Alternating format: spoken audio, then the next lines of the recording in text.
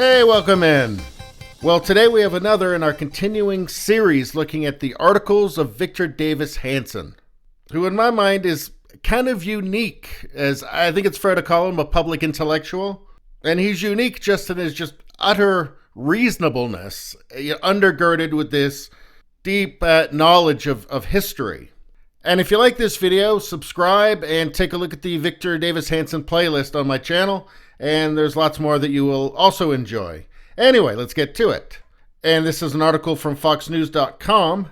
In Monument Controversy, college's hypocrisy is on full display. And underneath it says the universities, some with multi-billion-dollar endowments, will accept no moral responsibility. And what does Victor have to say about this? Let's get into it. When mobs tore down a statue of Ulysses S. Grant and defaced a monument to African-American veterans of the Civil War, many people wondered whether the protesters had ever learned anything in high school or college. Did any of these iconoclasts know the difference between Grant and Robert E. Lee? Could they recognize the name Gettysburg? Could they even identify the decade in which the Civil War was fought? The answer is, and this is me speaking now, probably not. Probably not. And one can't help but wonder if that ignorance is intentional. Because there does seem to be a theme coming out of universities, doesn't there? And that's basically Western civilization is evil. The only evil the world has ever known. But anyway, let's get back to Victor. Universities are certainly teaching our youth to be confident, loud, and self-righteous.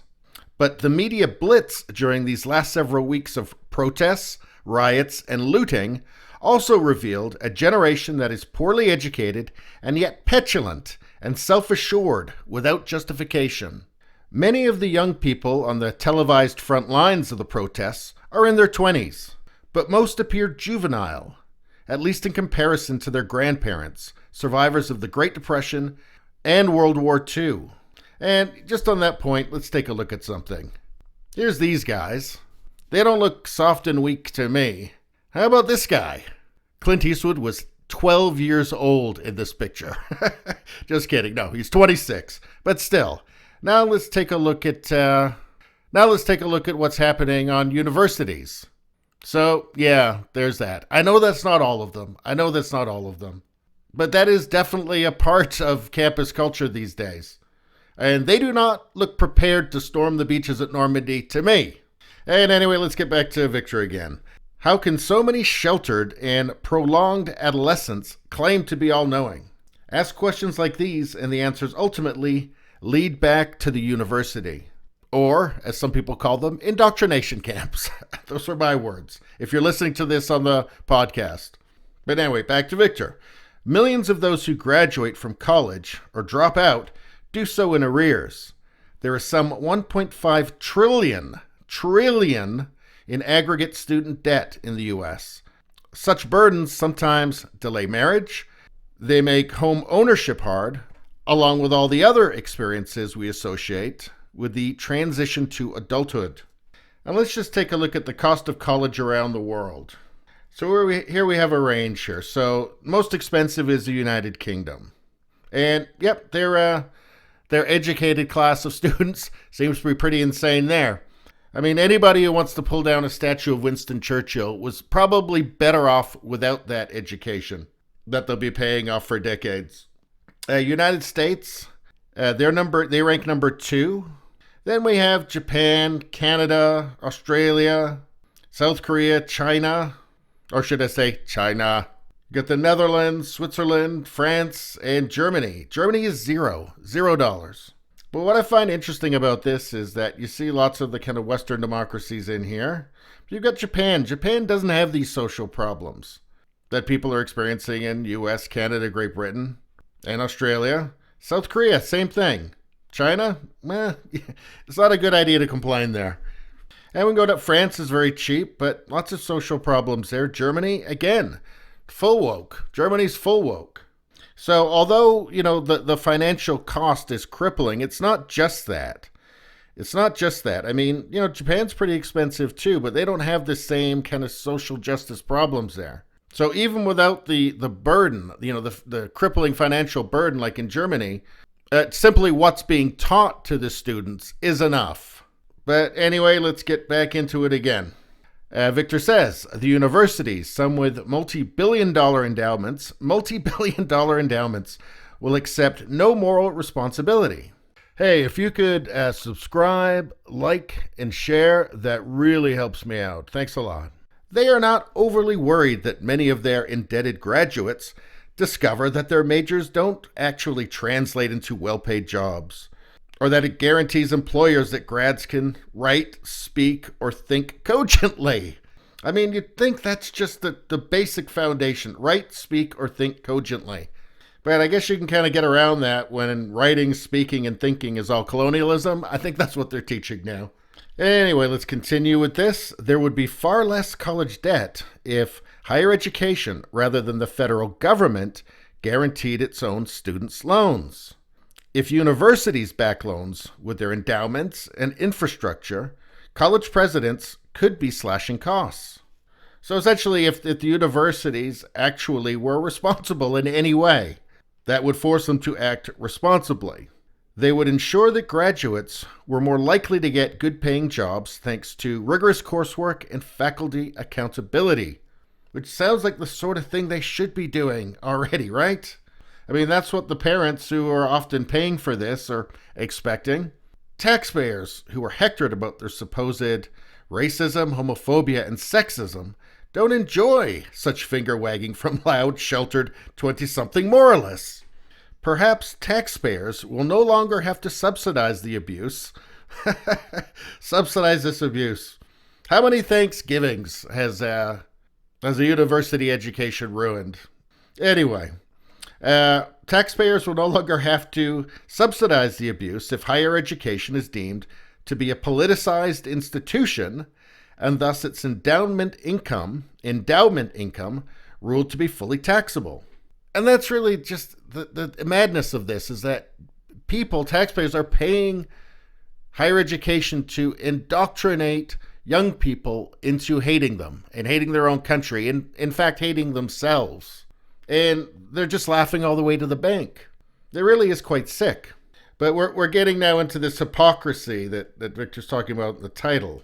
If socialism has become a campus creed, maybe Ivy League schools can be hit with an annual wealth tax on their massive endowments in order to redistribute revenue to poorer colleges.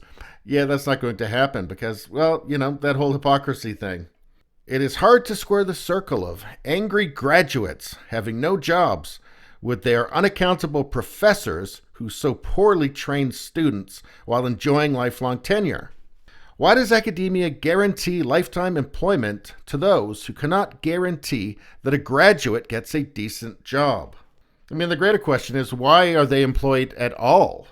But anyway, let's keep going.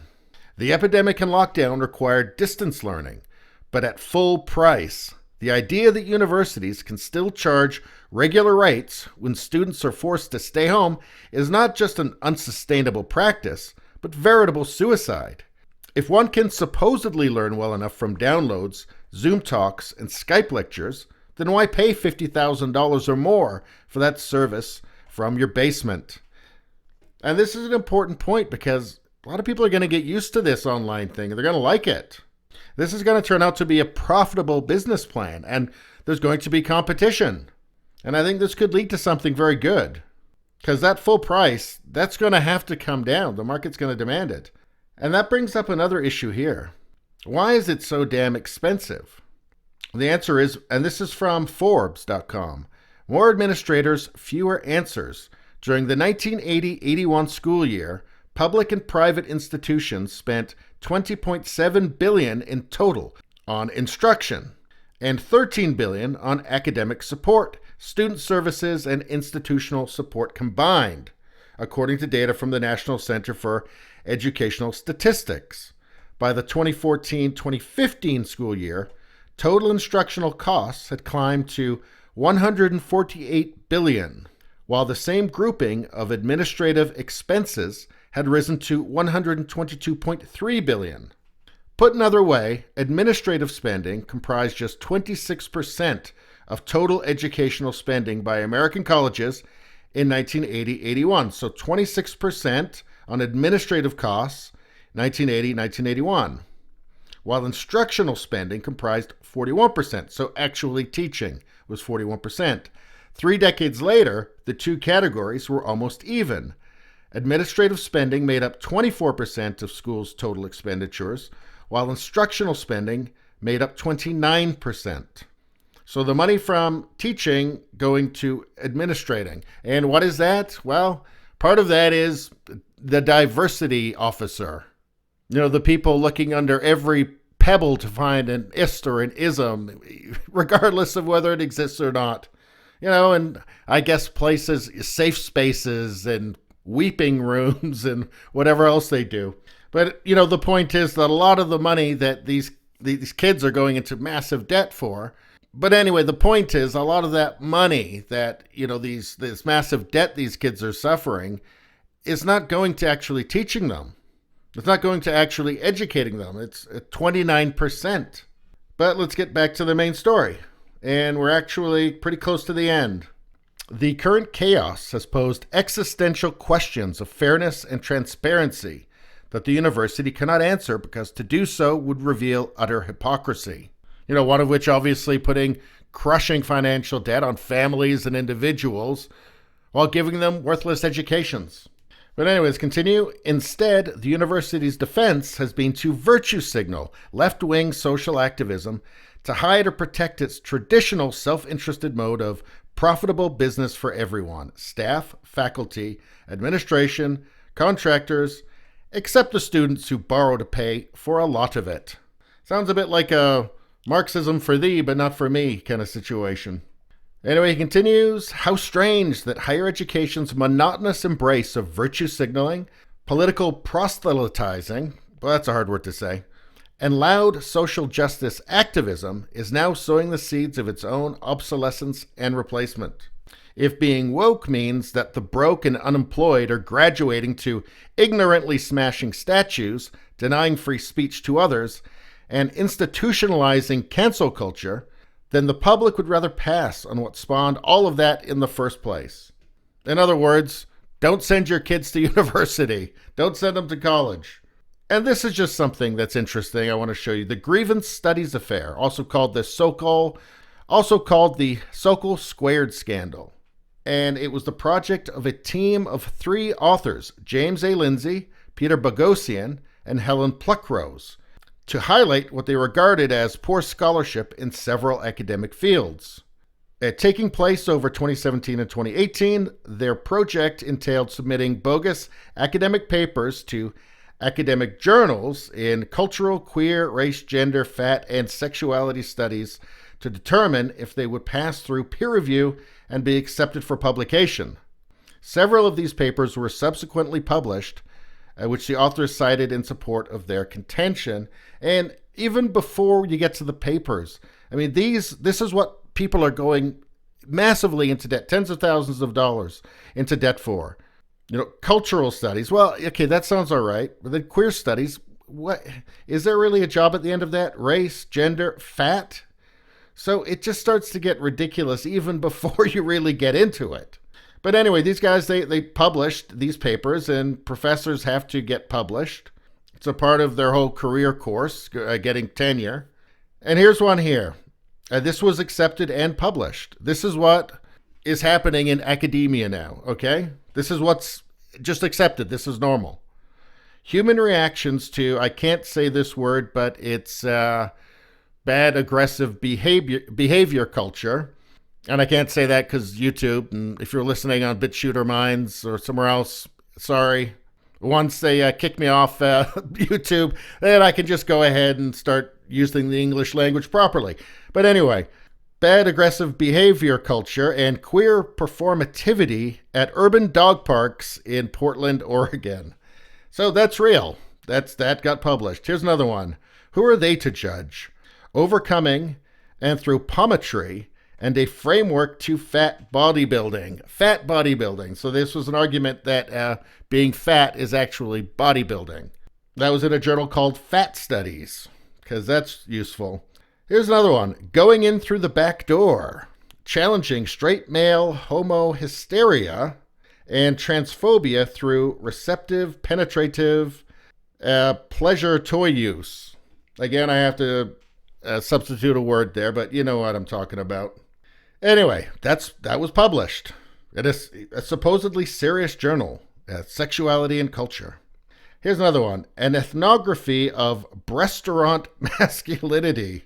Themes of objectification, sexual conquest, male control, and masculine toughness in a sexually objectifying restaurant. I mean, I'd say you can't make it up, but you can. And they did. And this was deemed to be serious scholarship. Here are ones that were accepted but not published. I believe these ones, they got found out. So their hoax got found out and then they just didn't publish them, but they were going to. Here's one. When the joke is on you, a feminist perspective on how positionality influences satire. And they've got it right in the title there. When the joke is on you, which I find pretty funny. So, I mean, those are just some examples. That is what students are actually learning. That's what they are going to massive debt to learn.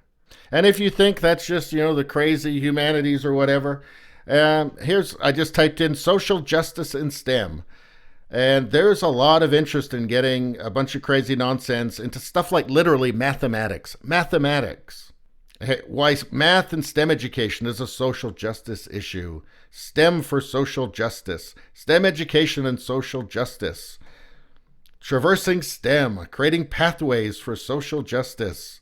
And it just kind of keeps going on. And the way they present this stuff, it all sounds nice. Well, we want diversity and we want somebody who maybe wouldn't have the opportunity to have but that's never what it's really about. It's about warping it and trying to destroy the very subject at its core. Like something as objective as like mathematics. There's no ists or isms around it. It just exists as its own realm. And it doesn't care about your gender or how you define yourself. It's 2 + 2 is still 4. No matter how much they're trying to tell us that 2 + 2 = 5 these days. This stuff it's never ends up being nice in either its methods or its ends. But anyway, let's get to the very end of this article. Victor says, taxpayers do not yet know what to replace the university with. Wholly online courses and lectures, apolitical new campuses, or broad-based vocational education? Only that a once hallowed institution is becoming McCarthyite, malignant, and in the end, just a bad deal. And I think that's really the death knell there. Just a bad deal, not worth it. Will the market just take care of this? Will supply and demand take care of this? And, one thing is there's too many students. There's too many degrees awarded, which just inevitably devalues the degrees themselves. Aside from the inherent lack of value in something as useless as a grievance study degree, I mean, if you're very lucky, you'll get into some corporation's HR department and you can torture all the employees until they rise up and get rid of you. But the vast majority of these degrees are worthless. And one thing that is true and will always be true is that, the true value of a product is what somebody's willing to pay for it. Doesn't care what you think it's worth. It's what somebody will give you for it. And that's truth. And I always say you got to embrace the truth. That's how I quit drinking. So it'd be interesting to see. I mean, will college education continue to move online? I mean, a lot of people are doing it now. They're paying full price. But I think a lot of people are going to like it better. I mean, kids are now raised on the internet anyway. I think that's the niche that's just going to put a wedge in and just grow and grow and grow. And that's going to provide, more competition for students. And with competition comes a lowering of prices. And then some of the indulgences and decadence of these traditional universities are not going to be profitable anymore. And I'm sorry, gender studies professor, but that tenure doesn't mean much when the university closes its doors and you're carrying that box of possessions to your car. So I don't know, maybe supply and demand will solve the problem of the broken education system, which is broken in all the Western democracies. It's the same everywhere. And maybe that'll, again, take care of the decadent politics and indoctrination system of higher education now. But it seems like there's some large portion of people graduating from these institutions that are not curious about history. They're not interested in applying logic to problems. In fact, they're averse to it, which at the end of the day is kind of the saddest thing you can say, right? It's just sad to say that you're dooming young people into an existence devoid of curiosity or rationality. And in fact, they're violently opposed to these things. Will the college's hypocrisy catch up to them? I guess we shall find out. Anyway, that's all I've got to say about that. If you're watching this on YouTube, please subscribe. And there is a Victor Davis Hanson playlist on my channel. So if you like this content, there's more there. But please subscribe because they hide this kind of content from you. They don't want you to see it. So subscribing helps. Liking and sharing helps to get around the algorithm. Thank you very much for that. If you just like to listen, there's a Radio Baloney podcast that is on Apple Podcasts and Google Podcasts and iTunes and Spotify and Spreaker and CastBox and a million more. Radio Baloney, the podcast. If you look for it, you will find it. Thank you very much. See you next time.